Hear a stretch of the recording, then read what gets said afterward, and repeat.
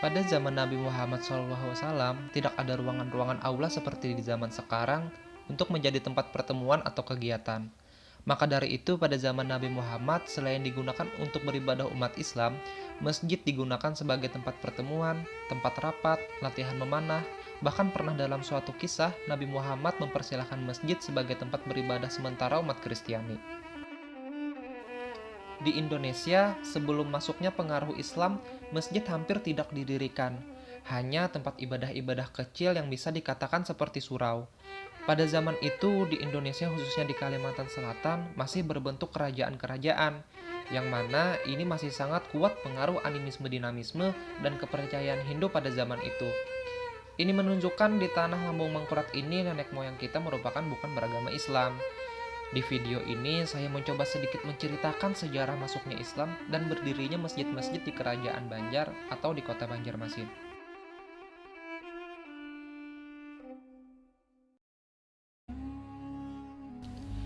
Yang pertama ada Masjid Sabil Al-Muhtadin. Masjid yang berada di pusat kota Banjarmasin ini menjadi salah satu masjid tertua dan terbesar di Banjarmasin. Siapa sangka masjid megah ini dulunya merupakan suatu benteng pertahanan pada masa penjajahan yang dinamakan Fort Tatas atau Benteng Tatas. Tatas sendiri diambil dari nama pulau itu yaitu Pulau Tatas atau Watas atau yang berarti batas.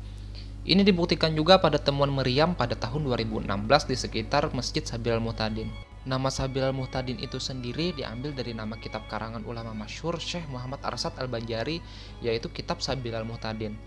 Sampai saat ini, Masjid Sabil Al-Muhtadin sangat aktif dalam kegiatan keagamaan.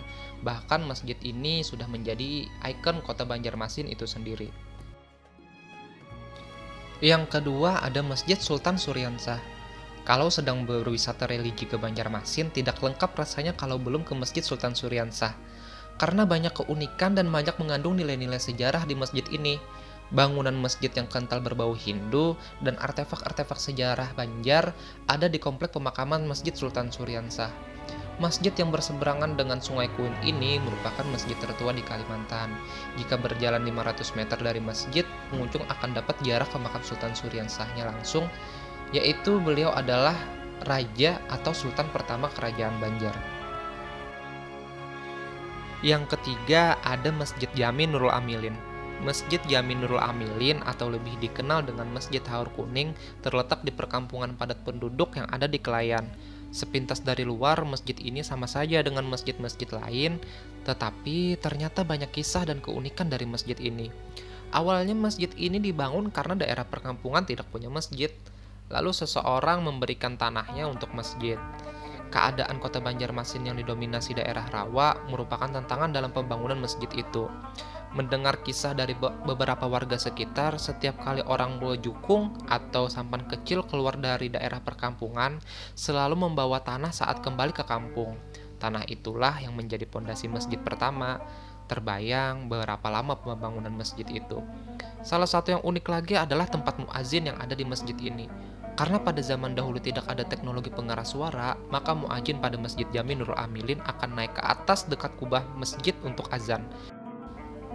Sampai saat ini tangga spiral untuk naik itu masih ada dan sesekali dalam acara keagamaan umat Islam itu dibuka dan digunakan. Penamaan Masjid Haur Kuning yaitu ketika proses pembangunan belum ada nama, warga melihat ada bambu kuning yang tumbuh besar di sekitar masjid, lalu dinamakanlah Masjid Haur Kuning. Sampai saat ini warga sekitar familiar dengan nama Masjid Haur Kuning. Itulah beberapa sejarah masjid di Banjarmasin yang beberapa memiliki keunikan dan sejarah. Masjid bukan hanya digunakan sebagai tempat ibadah, tetapi bisa sebagai tempat berkumpul-kumpul membahas permasalahan yang terjadi di umat, sehingga dengan kita terbiasa ke masjid akan menghidupkan sunnah-sunnah dan menghargai ulama-ulama masa lampau yang bersusah payah membangun masjid. Terima kasih sudah berkunjung, jangan lupa di-share dan di-subscribe untuk konten-konten bermanfaat lainnya.